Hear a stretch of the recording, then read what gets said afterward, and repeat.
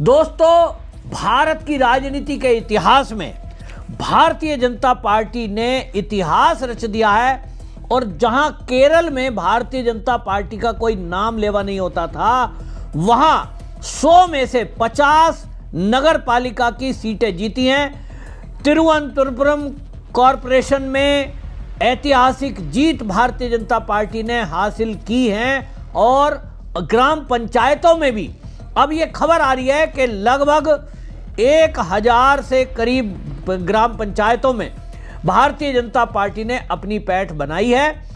और इसमें एक इतिहास रच दिया गया है, क्योंकि आपको बता दें कि जहां केरल की राजधानी तिरुवनंतपुरम कॉरपोरेशन में भारतीय जनता पार्टी ने 100 में से 50 सीटें जीती हैं। ये वो क्षेत्र है जहां एलडीएफ पिछले 40 सालों से काबिज था। और यहां से कांग्रेस के शशि थरूर 4 बार सांसद रहे हैं। वाम लोकतांत्रिक मोर्चा एलडीएफ का यहां कब्जा रहा है। और अब उस कब्जे से भारतीय जनता पार्टी की एंट्री ये अपने आप में बता रही है कि अब केरल में इतिहास पलटने जा रहा है। ये अपने आप में बहुत बड़ी बात है कि जहां केरल में भारतीय जनता पार्टी का कोई नाम लेवा नहीं होता था और एक अछूता राज्य ऐसा बचा हुआ था, लेकिन अब भारतीय जनता पार्टी की वहां एंट्री हो गई है। और ये सब जो चमत्कार हुआ है, इसमें राष्ट्रीय स्वयंसेवक संघ यानी आरएसएस का बहुत बड़ा हाथ है। दूसरी तरफ मोदी जी ने जिस तरह से केरल के लिए काम किए हैं, वहां विकास के जो काम किए हैं, केंद्र की तरफ से जो वहां हाईवेज बनाए गए, एक्सप्रेसवेज बनाए गए, एयरपोर्ट बनाए गए, और तो और वहां मेन बात थी असल में मुनम्मम की। और आपको याद होगा मुनम्मम में एक बहुत बड़ा विवाद खड़ा हुआ था। 404 एकड़ जमीन, 500 परिवार, और ये सारे 500 परिवार को ये क्रिश्चियन थे। ये क्रिश्चियन माने ईसाई परिवारों का जमीन पर कब्जा वक्फ बोर्ड का था और वक्फ बोर्ड दावा अपना कर रहा था। मामला तब खुला जब एक व्यक्ति जो है लोन लेने के लिए पहुंचता है। फिर वो मामला कोर्ट में गया और कोर्ट ने असहाय अपने आप को बताया। उन्होंने कहा कि भैया वक्फ बोर्ड की प्रॉपर्टी है, इसमें तो वक्फ बोर्ड का जो ट्रिब्यूनल है वहीं पे आपको सुनवाई करनी है। न्याय न मिलने पर मामला सुप्रीम कोर्ट तक में पहुंचा था।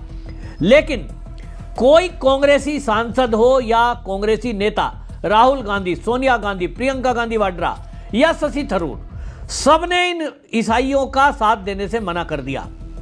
500 परिवार सड़क पर आने को मजबूर हो गए। कोई उनकी सुनवाई नहीं कर रहा था। जो कांग्रेस उनकी वोट लेकर हमेशा सत्ता में आती रही, शशि थरूर भी उनमें से एक है, वो उनके साथ खड़ा नजर नहीं आया। ऐसे में मोदी जी ने संसद से कानून प्रस्ताव पास करके ये कर दिया कि अब ट्रिब्यूनल के बजाय जो जिले में डीएम है वो जमीनों के विवाद की सुनवाई करेगा। और जो भूमि है वक्फ बोर्ड पर जिस पर दावा किया जा रहा है उसको रजिस्टर करना होगा। और जो सारी उनको चीजें बताई हैं, कानून में परिवर्तन किया, उसके बाद उनको बड़ी राहत मिली। क्योंकि जो दावे किए जा रहे थे उस दावे के अनुसार अभी तक कोई प्रमाण दिखाना नहीं होता था वक्फ बोर्ड के दावेदारों को। केवल दूसरा व्यक्ति जिसकी जमीन पर दावा कर दिया गया उसी को कहा जाता था कि आप ये प्रूव करो कि ये जमीन आपकी कैसे है। पैतृक चलती आ रही है तो आप उसके पेपर दिखाओ, नहीं दिखा पा रहे हो तो वक्फ बोर्ड कहेगा ये तो जमीन हमारी है। और इस विवाद में जब मोदी सरकार ने केंद्र में यह कानून पास किया, वक्फ बोर्ड अमेंडमेंट बिल 2025, उसके बाद पूरे केरल में एक मैसेज गया। और यह मैसेज गया कि जो भारतीय जनता पार्टी की सरकार है और जो नरेंद्र मोदी है केंद्र के अंदर, वो जो नारा देते हैं सबका साथ, सबका विकास, सबका विश्वास, वो खाली नारा नहीं है, वो वाकई में क्रिश्चियन को भी साथ लेकर चलते हैं, मुस्लिम को भी साथ लेकर चलते हैं। जिनको ये कहा गया कि वो तो कट्टर आरएसएस वाले हैं, ये केवल आरएसएस वाले केवल हिंदू के लिए सोचते हैं, ऐसा कतई नहीं है।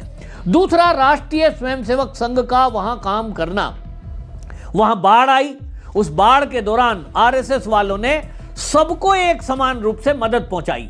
बाढ़ के अंदर राहत सामग्री देना, बाढ़ के अंदर लोगों को कपड़े और खाने के लिए पैकेट पहुंचाना, नाव में बैठ बैठकर स्वयंसेवकों ने संघ के वहां जो काम किया, उससे लोगों के मन में एक परिवर्तन आया कि जिनको हम आरएसएस वालों को अछूता समझते थे, ये आरएसएस वाले तो देश हित की बात करते हैं, इनके मन में क्रिश्चियन होने के कारण हमारे लिए कोई ऐसा वैमनस्य नहीं है, और इसलिए इस मानसिकता से जो बदलाव आया, इस सब का परिणाम है कि ये जो तिरुवनंतपुरम की जीत है, इसमें आपको बताऊं जो चमत्कार हुए हैं। तिरुवनंतपुरम जो है राजधानी शहर है और केरल के 6 कॉरपोरेशन में सबसे महत्वपूर्ण है। यहां भारतीय जनता पार्टी का वोट शेयर 15 से बढ़कर इस चुनाव में 23% हुआ है। जमीन स्तर पर भारतीय जनता पार्टी के कार्यकर्ताओं की जो आज मौजूदा स्थिति है वो दुगनी हो गई है। वार्डों की अगर बात करूं तो 1500 से बढ़कर वार्ड में भारतीय जनता पार्टी का जो कब्जा है वो 3000 पहुंच गया है। और यहां आपको यह भी बता दूं कि धर्मांतरण, घुसपैठ, लव जिहाद ये एक मुद्दा रहा है। आपको याद होगा यहीं केरल के ऊपर केरला फाइल मूवी बनी, उससे पीड़ित कौन है? वहां क्रिश्चियन परिवार। वामपंथी हमेशा इस मुद्दे पर मौन रहते हैं और कांग्रेस तो कभी बोलती ही नहीं है।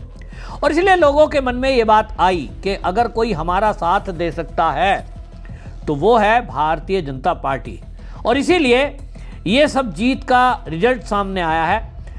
इसमें अभी तक जो जीत हुई है, इसमें भारतीय जनता पार्टी ने तिरुवनंतपुरम जो जीती है, 40 साल पुराना इसमें जो किला है वो ढाया है, और इसके कारण मोदी जी काफ़ी खुश हैं। मोदी जी ने इस मामले में बढ़ाई की है। और इसमें आपको बता दूं कि जिनके भरोसे ये सारा जीता गया है वो एक आईपीएस अधिकारी रही हैं, और उन आईपीएस अधिकारी को आगे रख के ये पूरा चुनाव लड़ा गया। ईमानदारी और ख़ास तौर पे वो पुलिस में रहने के कारण जिस तरह से काम किए आर श्रीलेखा, उन्होंने जिस तरह से परिश्रम किया है ज़मीन पर उतरकर, उसका रिजल्ट भी इसमें बहुत महत्वपूर्ण है। सुनिए ये जो आर श्रीलेखा इन्होंने क्या कहा। From day one itself of my announcement of candidature, there has been adverse criticism against me launched by the LDF and the Congress people. I thought they were probably frightened, but this went beyond an expected limit. In fact, every day there were trolls in the social media about me, and they were targeting me particularly. But somehow I am very happy to see that the people of Kerala, the people in my ward, have dismissed all those things as meaningless, and they have stood by me through thick and thin. So I am very happy.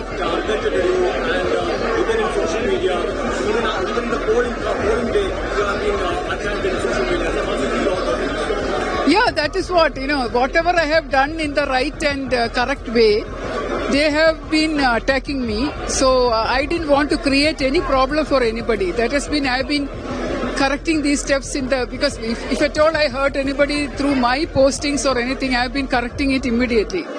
But I know that I haven't violated any norms or any election code of conduct. I have come out victorious, and the people have stood with me, and the party has stood with me. Please ask that to the party leadership. Okay, I am right now a councillor. Thank you. Modi ji ने इस पर बधाई दी है, और मोदी जी ने इस जीत के लिए कहा है कि जिस तरह का रिजल्ट आया है ये जो है बहुत ऐतिहासिक है। मोदी जी ने इस मामले में लिखा है कि तिरुवनंतपुरम नगर निगम में भारतीय जनता पार्टी की ऐतिहासिक जीत पर थैंक यू तिरुवनंतपुरम उन्होंने लिखा, और ये जो है अपने आप में एक इतिहास रचने जा रहा है। जैसा मैंने कहा, एक शुरुआत है। इसी में जो ये चुनाव हुए हैं, भारतीय जनता पार्टी के प्रदेश अध्यक्ष हैं राजीव चंद्रशेखर, उन्होंने कहा कि ये पूरे राज्य में बीजेपी के कार्यकर्ता के लिए एक ऐतिहासिक जीत है, क्योंकि हमने अपने वोट शेयर और राजनीतिक पकड़ में काफ़ी प्रगति की है। भारतीय जनता पार्टी और एनडीए ने एलडीएफ और यूडीएफ के गढ़ वाले इलाके में बढ़त हासिल की है। इससे ये साबित हो गया कि एलडीएफ अब दौड़ से बाहर है। आने वाले विधानसभा चुनाव में विकल्प यूडीएफ और एनडीए के बीच होगा। सुनिए क्या कहा उन्होंने। No, it is a historical victory. It's a historical day, not just for the people of Trivandrum and the Karyakartas of Trivandrum, but for every Karyakarta of BJP NDA across the state, because we have made very, very significant strides in our vote share. in our political footprint, in across the state, in many local bodies. We are today in hardcore areas of the LDF and the UDF. BJP and the NDA have made gains, and that those gains are not short-term gains; those are permanent gains. And I think this will stand in good stead for the coming assembly election, because this assembly election, this local body election, has certainly established one thing, that the left is out of the picture. That the LDF is something that the BJP, the people of Kerala don't want anymore. It is a certain clear message, and that now the option is between the NDA and the UDF in the coming assembly election. Look, I have a simple rule of not responding to Congress on anything, because whatever they say usually is nonsense.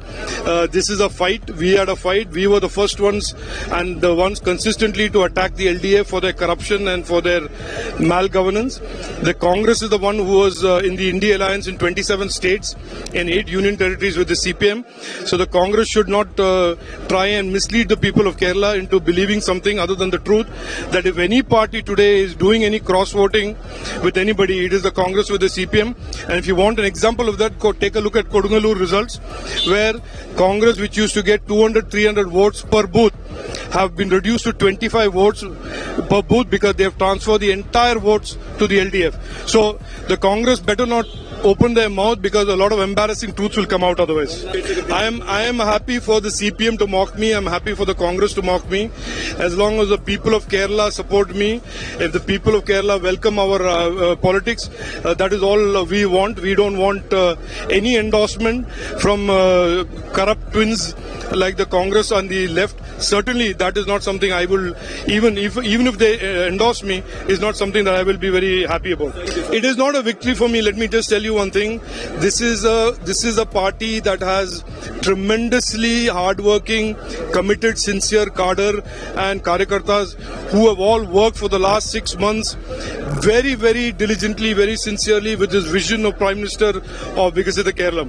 I am just one karyakarta amongst many karyakartas, and this is a collective victory and a result of the collective hard work of both leaders and karyakartas of this party. And I must say, I am very, very proud to be a part of this party. When we can expect PM Modi to Trivandrum? Why don't you also invite him? I'll also invite him.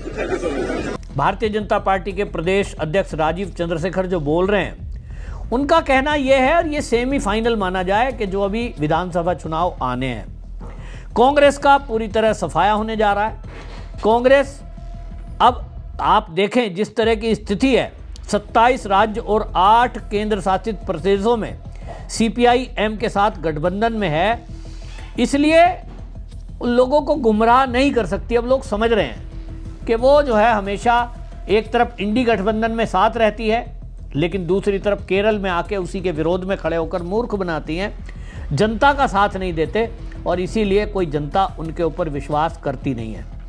तो यहाँ जो है ये सब चीज़ें समझ में आ गई हैं। दूसरी तरफ आपको बताएं कि इस सब मामले में अब जिस तरह की चीज़ें की गई, उसमें अब यहाँ जो जीत हुई है उससे अगला पड़ाव आप देखेंगे विधानसभा चुनाव है। अमित मालवीय ने इसको लेकर एक्स पर पोस्ट किया है और उसने जीत को बताया है कि भाई ये जो जीत जीती है ये बहुत ऐतिहासिक है।